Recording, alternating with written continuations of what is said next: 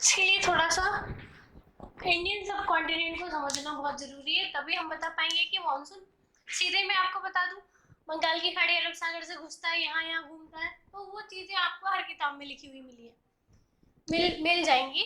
लेकिन उसको थोड़ी सी गहराई से समझना कि अन्य क्षेत्रों से मानसून की उत्पत्ति होती है और भारतीय परिक्षेत्र को वो किस तरह से प्रभावित करती है, ये चीज ज्यादा महत्वपूर्ण होगी हमारे लिए। सबसे पहले वर्ल्ड को देख लेते हैं एक बार।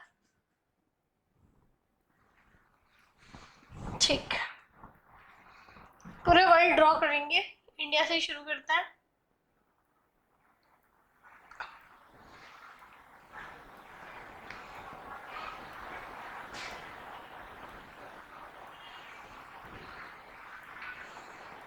छोटे छोटे से देश हैं काफी सारे यहाँ पर।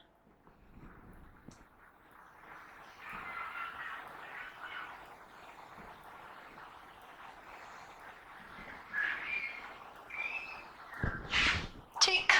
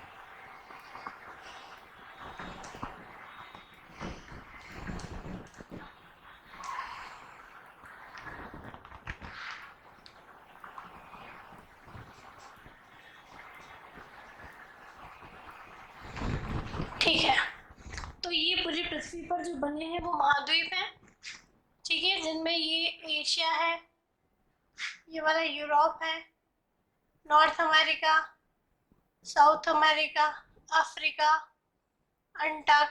ऑस्ट्रेलिया, ठीक है, ये एक आर्कटिक है, ऊपर और नीचे अंटार्कटिका, ठीक है, तो अंटार्कटिका कॉन्टिनेंट भी और ओशन भी है। पता ही होगा पृथ्वी पर महाद्वीप है 7, महासागर है 5, याद रहेगा सबको, इनको बोलते हैं कॉन्टिनेंट और महासागरों को इंग्लिश में बोलते हैं ओशन। ठीक, ये है आपका पूरी इंटायर पृथ्वी। इसमें यहाँ का जो भारतीय मॉनसून आप देखेंगे, ये वाला पूरा जो क्षेत्र है, ये पूरा भारतीय मॉनसून को प्रभावित करता है। इतना ही नहीं, यहाँ पर पेरू कोस्ट है और यहाँ से चलने वाली जो धाराएं हैं उनको एल नीनो बोलते हैं, वो तक इस क्षेत्र से भारतीय मॉनसून को प्रभावित करती है। ठीक है, ये इधर से नहीं, इस साइड से पीछे से होकर आएंगे ऑस्ट्रेलिया से, तो सिर्फ भारतीय मॉनसून भारतीय परिक्षेत्रों से ही संबंधित नहीं है, दक्षिण एशिया के या जितने देश हैं जिसको हम भारतीय उपमहाद्वीप कहते हैं, उनके जो भौगोलिक जलवायविक स्थितियां हैं, वहाँ का जो तापमान है, वहाँ पर जो दाब है, वो सभी भारतीय मॉनसून के लिए उत्तरदायी कारक माने जाते हैं।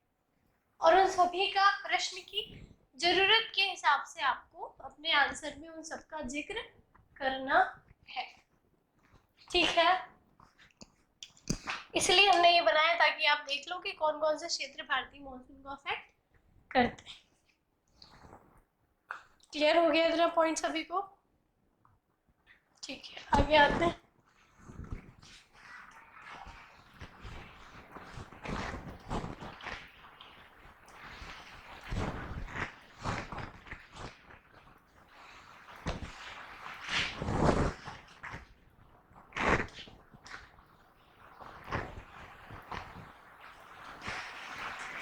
ठीक, ओके, अब हम कर पढ़ेंगे कुछ इंपॉर्टेंट सिद्धांत हैं मॉनसून के ओरिजिन से रिलेटेड, जिसमें सबसे एक इम्पोर्टेंट है ट्रेडिशनल प्रिंसिपल।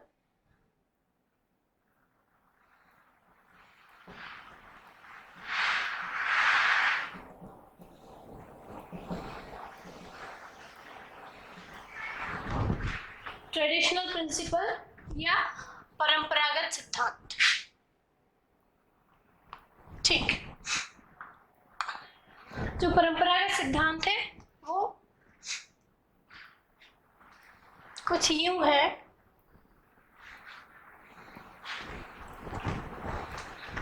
कि थोड़ा सा वर्ल्ड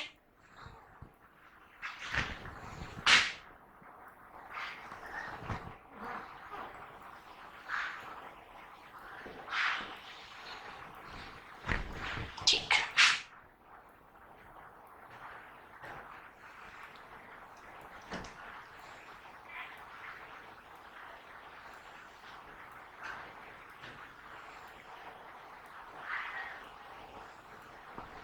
ओके, तो हमें सीधा सीधा इसका कनेक्शन इंडिया से करना है। किससे कनेक्ट करना है? इंडिया से। ठीक, कैसे करेंगे अभी बता रही हूँ मैं आपको।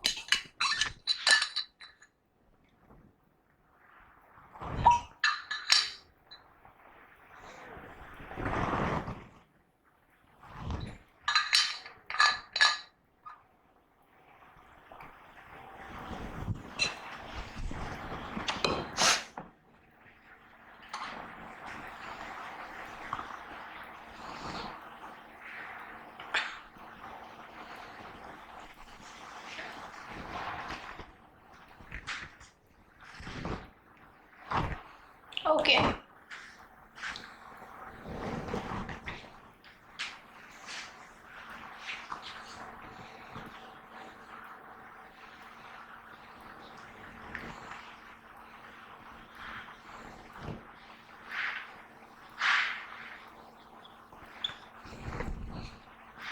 तो बेसिक सा मैं एक आइडिया बता देती हूँ आपको किस तरह से वर्क करता है। ठीक है, बाकी जितने भी थ्योरीज हैं उस पर एक अलग से वीडियो लेक्चर भी मैं आपको प्रोवाइड करूंगी, तो वहाँ पूरा डिटेल में रहेगा। ओके, तो आप बेसिक सी बात समझिएगा कि जब इस भारत इस क्षेत्र में पड़ता है, जब इस क्षेत्र में गर्मी होगी, गर्मी होगी मतलब सूर्य की किरणें पड़ेंगी, तो जहाँ सूर्य की किरणें पड़ती हैं उस एरिया की हवा हल्की होकर दूर की तरफ चल जाती है और आसपास के एरिया में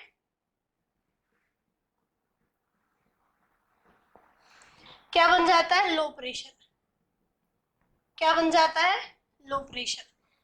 लेकिन इस वाले रीजन में जहां पर सूर्य की किरणें पड़ ही नहीं रही हैं, ये वाला जो रीजन है आसपास भारत के, यहां पर क्या बनेगा? High pressure. लो भारतीय क्षेत्र के आसपास बनेगा लो प्रेशर, और भारतीय क्षेत्र से दूर जहां पर गर्मी नहीं है, ठंड है, वहां पर हाई प्रेशर बनेगा। अब आपने देखा होगा कि हवाएं कहां से कहां की तरफ चलती हैं। क्या देखा है अभी पहली क्लास में आपने?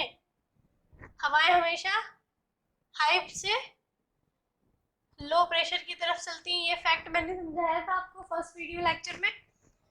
तो भारतीय उपमहाद्वीप के आसपास निम्न वायु दाब का केंद्र बन जाता है लो प्रेशर का बेल्ट बन जाता है, जिसको फुलफिल करने के लिए आसपास के क्षेत्रों की उच्च वायु दाब से युक्त हवाएं निम्न वायु दाब की तरफ प्रवेश करती हैं।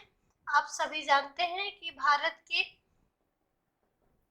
प्रायद्वीपीय क्षेत्र में बंगाल की खाड़ी, हिंद महासागर और अरब सागर और हिंद महासागर है, और उससे नीचे भी हिंद महासागर का क्षेत्र है।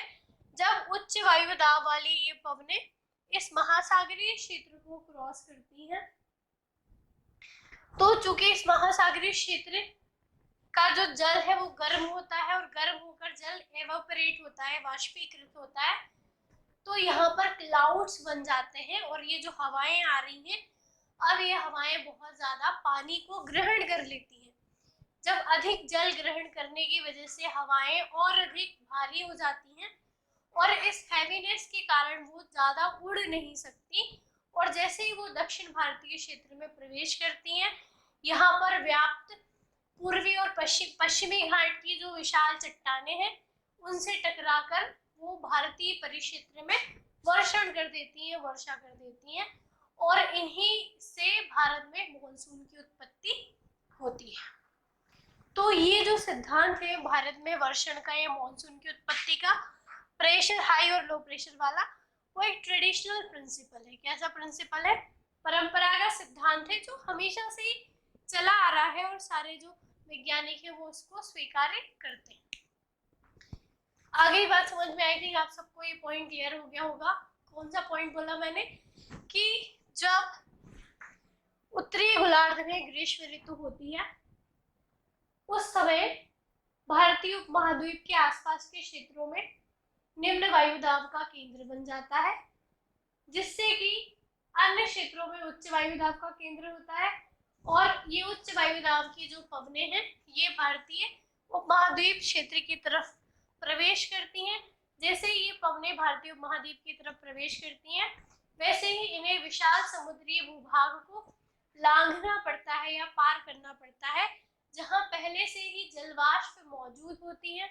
ये पवनें उन जलवाष्पों को ग्रहण करती हैं और बादलों का निर्माण करती हैं, तथा स्वयं में बहुत अधिक भारी हो जाने के कारण और अधिक दूरी तय नहीं कर सकती। इनके मार्ग में एक विशाल देश पड़ता है, जिसे हम भारतवर्ष या भारत कहते हैं। यहाँ पर विशाल पर्वत श्रृंखलाएं मौजूद हैं, जो इन पवनों के स्वागत के लिए बाहें फैलाए खड़े होते हैं, और जैसे ये भारी और जल भरी पवनें उन महासागरीय क्षेत्रों को पार करते हुए पर्वतीय क्षेत्र से थोड़ा सा भी टकराती हैं, और ये पूरा का पूरा भारत में वर्षण कर देती हैं, और इसी को हम भारत में मॉनसून का आगमन या मॉनसून की उत्पत्ति के रूप में जानते हैं। तो ये एक ट्रेडिशनल थ्योरी है, ट्रेडिशनल थीसिस है, जिसको हमेशा से ही स्वीकार किया गया है, परंतु ये आखिरी सिद्धांत नहीं है। मॉनसून की उत्पत्ति के संबंध में अलग अलग वैज्ञानिकों ने, जियोलॉजिस्ट ने अपने अलग अलग कई थ्योरीज और भी रिस्पॉन्सिबल बताई हैं, ठीक है, जिन्हें हम अदर प्रिंसिपल के अंतर्गत अध्ययन करते हैं। ठीक है, तो आई थिंक जो ट्रेडिशनल थ्योरी है, जो परंपरागत सिद्धांत है, वो आप सभी को समझ में आ गया होगा। ठीक है, ओके। अब निम्न दाब कैसे उत्पन्न होता है वो थोड़ा सा मैं आपको मैप से बता देती हूँ। ये पॉइंट्स क्लियर हो गए होंगे सबके।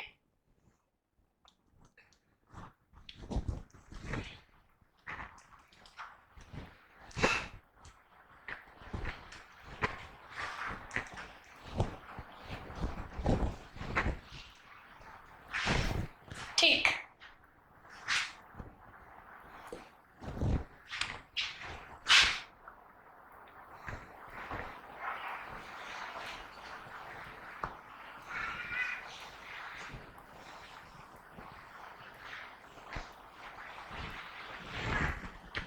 ठीक, ये हमारा भारतीय क्षेत्र है, बाकी क्षेत्र की हम चर्चा नहीं कर रहे हैं अभी।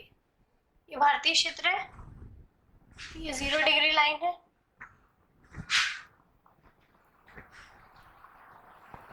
ट्रॉपिक ऑफ कैंसर है, कर्क रेखा। ठीक, बात समझ में आ रही है? इतने पॉइंट्स क्लियर हो रहे हैं।